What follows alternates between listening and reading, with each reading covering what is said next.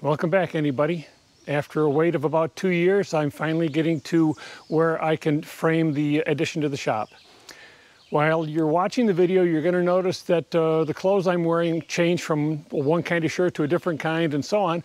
And that's primarily because the framing's already been completed. Video's been shot, it's on the computer and being edited right now. But I totally forgot to do an intro, which is what we're doing right now. So anyway, enjoy. All right, it's time to cut my first rafter here. It's going to be my pattern if everything works out. Yesterday I was playing up there in the eaves and I cut this pattern out. So I'm going to just basically trace it on here. The crown is on away from the camera, so I'm going to line up my top edge here and we're going to mark out the bird's mouth right here and we'll get that cut.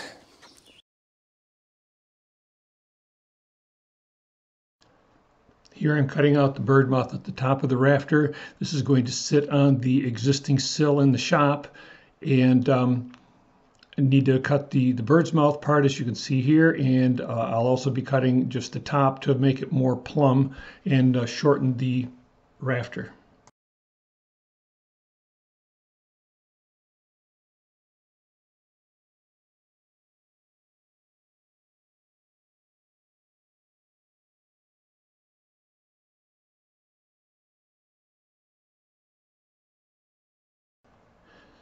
Here I am laying out the bird mouth on the lower end and also calculating and marking out the overhang, which is about 14 inches.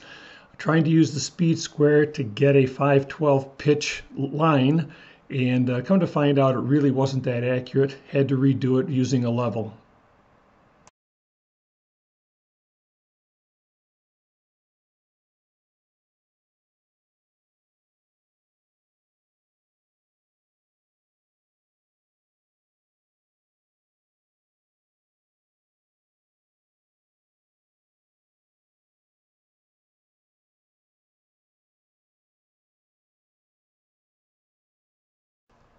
Here I'm using the Sawzall to finish cutting out the bird's mouth. Normally what I would do is to use the circular saw and just overcut both lines, but I'm trying to eliminate that because it does weaken the rafter a little bit. So you'll see me using the Sawzall for the bird mouths.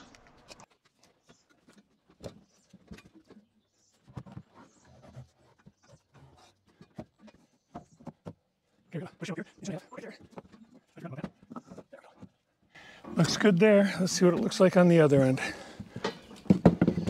We're off 1/2 inch, but that's easy to correct.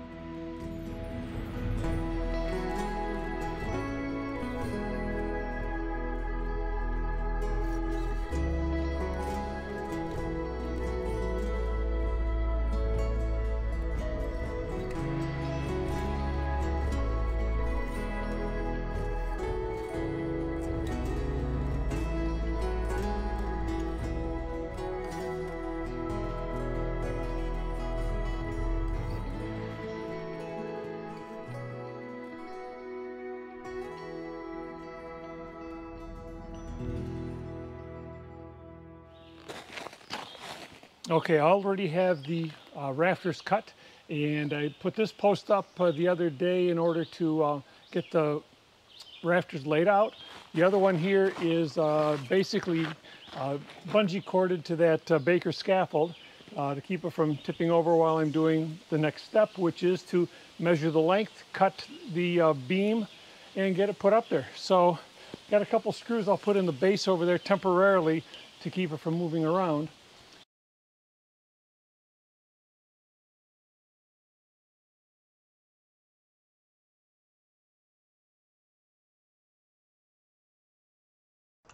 Just measuring the length I need for the first beam, the length being from the outside of the first post to the center of the second post.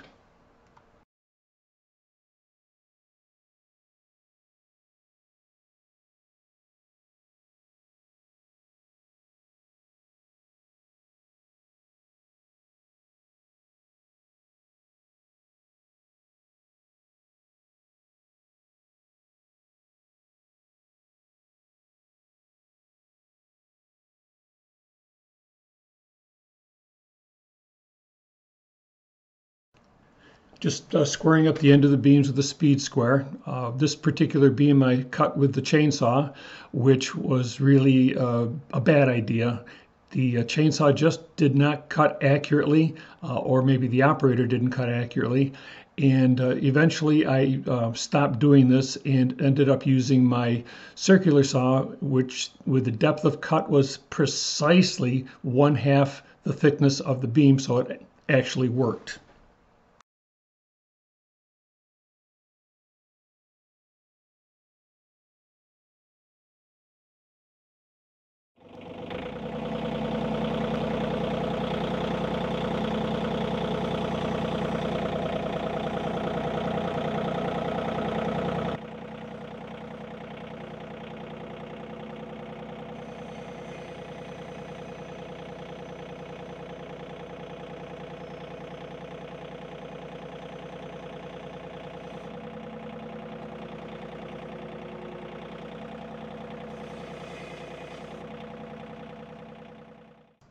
You'll notice that setting the beam on the first pair of posts is very, very simple. It comes out very nicely. Looks like I'm a real expert, but in reality, this is one of the few places along this edge of the building where the ground is level, and it makes it so much easier.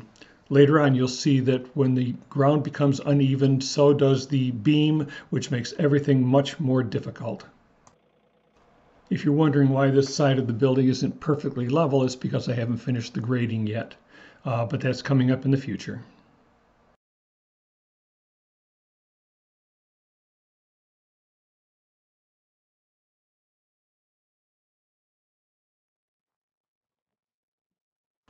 Here I'm setting the first two rafters. They're going to be used to keep this portion of the system upright and stable.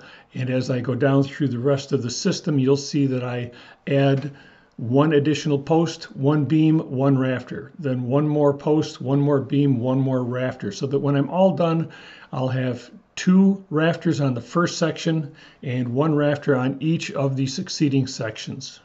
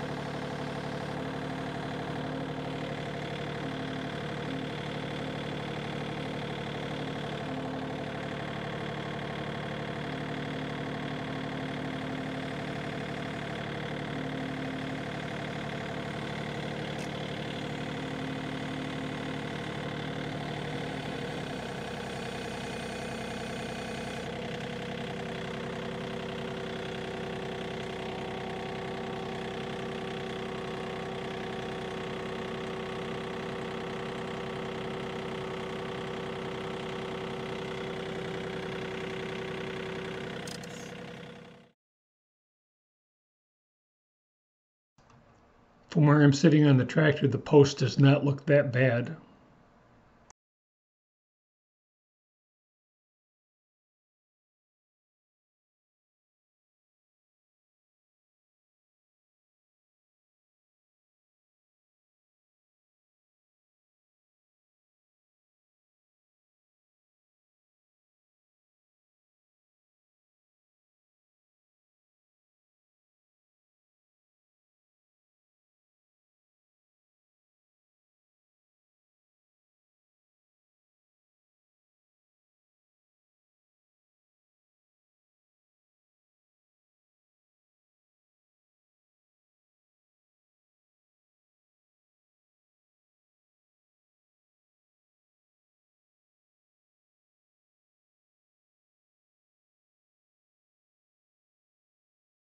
Once this last post and beam are put in place, the next step will be to fill in the rafters on the rest of the roof.